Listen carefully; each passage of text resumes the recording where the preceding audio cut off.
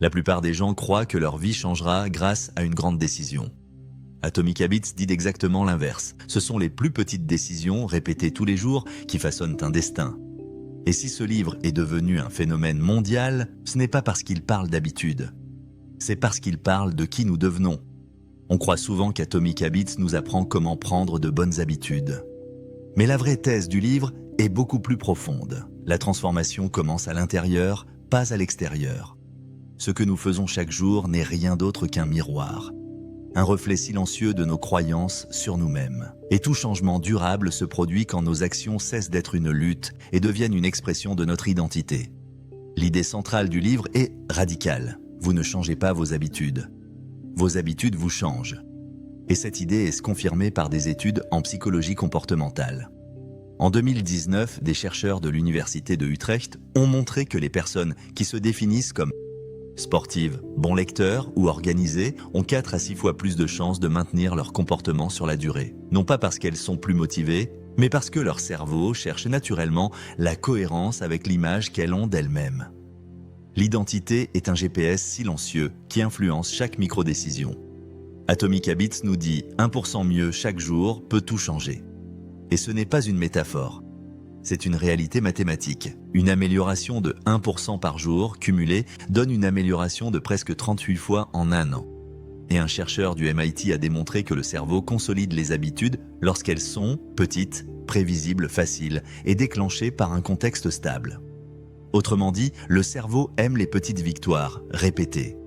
Le livre affirme « L'environnement est l'architecte du comportement humain ». Là encore, les données le confirment.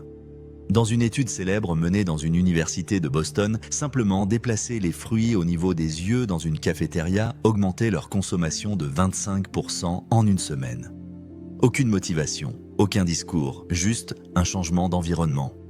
Atomic Habits nous dit la même chose. Il faut changer ce que vous voyez. Cela change par la suite ce que vous faites. Le livre introduit une règle simple. Toute nouvelle habitude doit prendre moins de 2 minutes à commencer.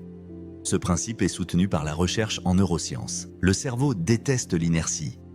Une étude publiée dans le European Journal of Social Psychology montre que le simple fait d'initier une tâche augmente la probabilité de la terminer de 80%. Autrement dit, le premier pas est plus important que le chemin entier. C'est pour ça que lire une page mène à en lire 10. La discipline commence avec une micro-ouverture. Atomic Habits révèle un problème universel. La majorité de nos actions sont inconscientes. Selon une étude de Duke University, 43% de nos comportements quotidiens sont automatiques. Pas décidés, pas réfléchis, automatiques. Et c'est là que se trouve la clé du livre. Le changement n'arrive pas quand on décide, mais quand on automatise, quand chaque geste devient une évidence, pas un effort. Atomic Habits ne dit pas « deviens quelqu'un de productif ». Il dit « deviens quelqu'un de cohérent avec la vie que tu veux vraiment ». Ce livre n'est pas une méthode pour faire plus. C'est un guide pour devenir quelqu'un de meilleur, un petit geste à la fois. Et si ce livre a touché des millions de lecteurs, c'est parce qu'il rend le changement, enfin, possible. Atomic Habits nous apprend que nous ne sommes pas définis par nos grandes décisions, mais par les plus petites actions que nous répétons quand personne ne nous regarde, et que chaque micro-habitude est un vote pour la personne que l'on souhaite devenir. La question n'est donc pas « quel objectif veux-tu atteindre ?» mais « qui veux-tu être demain ?» L'habitude est un chemin. L'identité est la destination.